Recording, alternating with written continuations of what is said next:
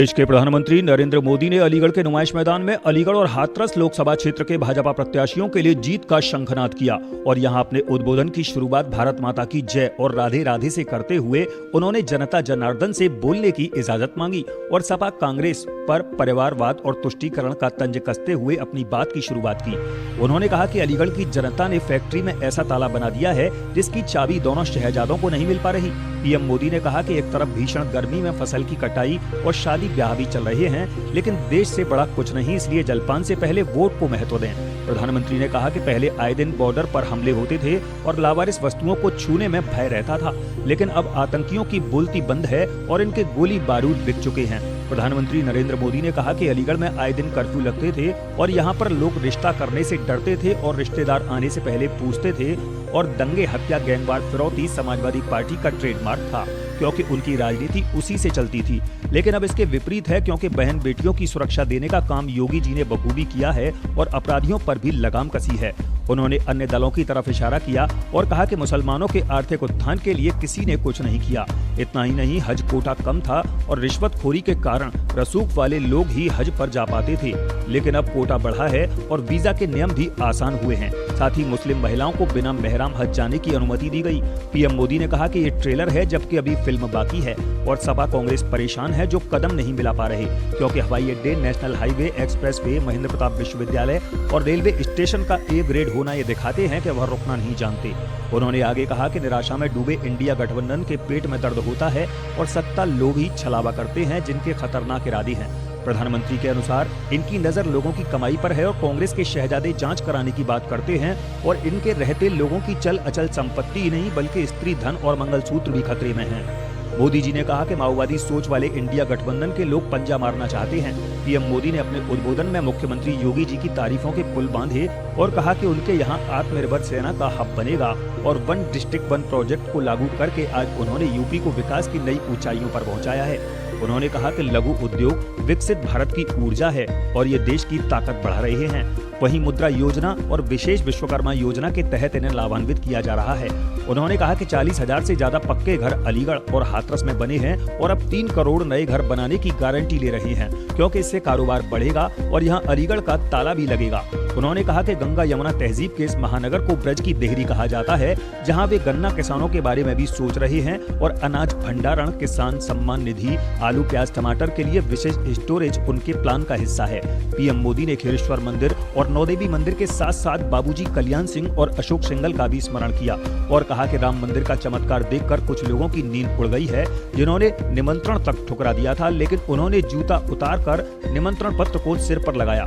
उन्होंने मतदाताओं में जोश भरा और कहा कि विकसित भारत के लिए मजबूत सरकार बनाएं और इस पर्व को आनंद उत्सव की तरह मनाते हुए टोलियां बनाकर गीत गाते हुए मतदान स्थल पर जाएं क्योंकि पोलिंग बूथ को जीतना है और इसके लिए कार्यकर्ताओं को घर घर जाकर उनकी राधे राधे जनता तक पहुंचानी है।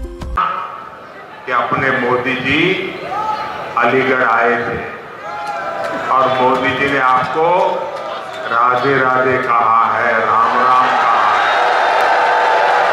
घर घर मेरा प्रणाम पहुंचा देंगे।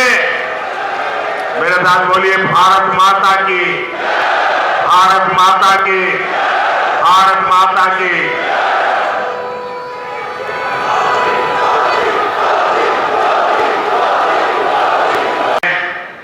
अनाज भंडारण की सबसे बड़ी योजना शुरू की। बीजेपी ने अपने मैनिफेस्टो में भी कहा है कि हम आलू, टमाटर, प्याज इन किसानों के लिए विशेष स्टोरेज क्लस्टर बनाएंगे। इसका बहुत अधिक लाभ अलीगढ़ और हाथरस के किसानों को होगा। साथियों, ये क्षेत्र ब्रज की देहरी है, 84 कोस परिक्रमा की धरती है। यहाँ खैरेश्वर महादेव और 9 देवी सिद्धपीठ जैसे आस्था स्थल है। यहाँ तीर्थ यात्रा और पर्यटन के लिए अद्भुत संभावनाएं हैं और इस धरती ने कल्याण सिंह जी, बाबूजी जिनको हम कहते थे, और अशोक सिंघल जी, ऐसे नर रत्नों को देश को दिया है। ये हम सभी के लिए कितने गर्व की बात है कि 500 साल बाद भव्य राम मंदिर हम देख रहे हैं।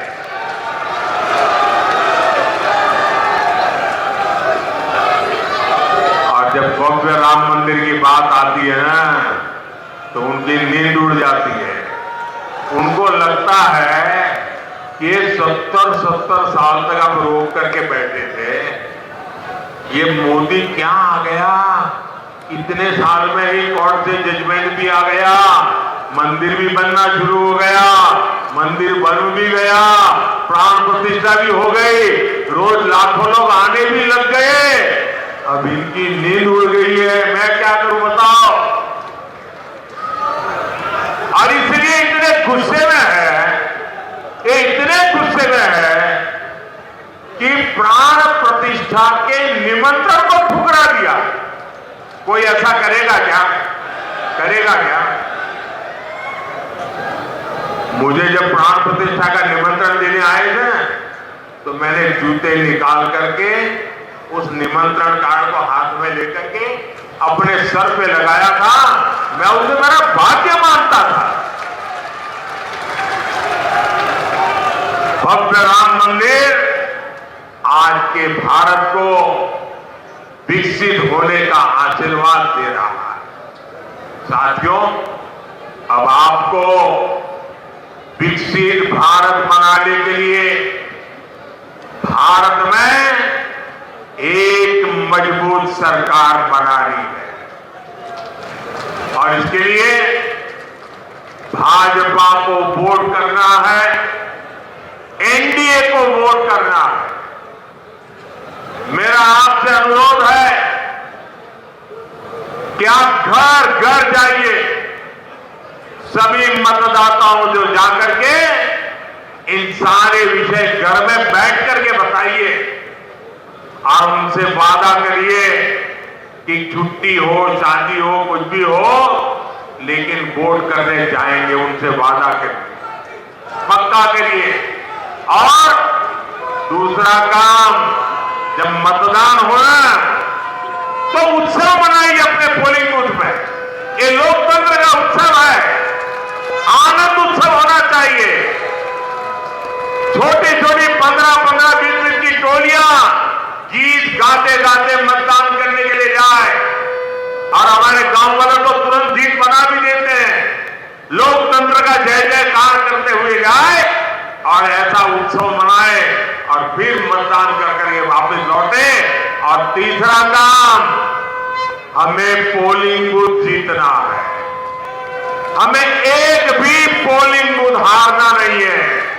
घर घर जाओगे, घर घर जाओगे, जरा मुझे जोर से हाथ ऊपर करके बताइए। घर घर जाओगे, घर घर जाओगे, मतदाताओं को मिल करके बात बताओगे। दरवाजे पर पर्चा दे करके नहीं आना है, घर में जाके बैठना है, उनका पानी पीना है, उनसे 5 मिनट 10 मिनट बात करनी है। करोगे? करोगे? छोटे छोटे जुलूस निकाल करके उत्सव मनाते हुए मतदान करोगे? पहले मतदान फिर जलपान, पहले मतदान फिर जलपान। जब तक मतदान नहीं करेंगे, जलपान नहीं करेंगे, ये बात पक्की करोगे? और फिर पोलिंग बूथ जीत के दिखाओगे? पहले से रिकॉर्ड मतों से जीतोगे? पक्का जीतोगे? अच्छा, मेरा एक काम करोगे? करोगे? मेरा पर्सनल काम है, जरा हाथ ऊपर करके बताइए, करोगे? अलीगढ़ और हाथरस लोकसभा क्षेत्र के प्रत्याशियों के लिए जीत का शंखनाद करने के लिए आए पीएम मोदी जी की इस विशाल जनसभा को यहां पर मुख्यमंत्री योगी आदित्यनाथ ने भी संबोधित किया। जबकि इस कार्यक्रम में यहां पर भारतीय जनता पार्टी के प्रत्याशी सतीश गौतम और हाथरस के प्रत्याशी अनूप वाल्मीकि के अलावा सत्ताधारी दल के तमाम नेता, मंत्री और जनप्रतिनिधियों के अलावा हजारों की तादाद में मोदी जी के समर्थक और भाजपा कार्यकर्ता मुख्य रूप से मौजूद रहे। इधर इस खबर की कवरेज के लिए राहुल वासने के साथ इधर इस खबर की कवरेज के लिए वसीम अहमद के साथ प्रदीप पंडित, वरुण चैनल, अलीगढ़।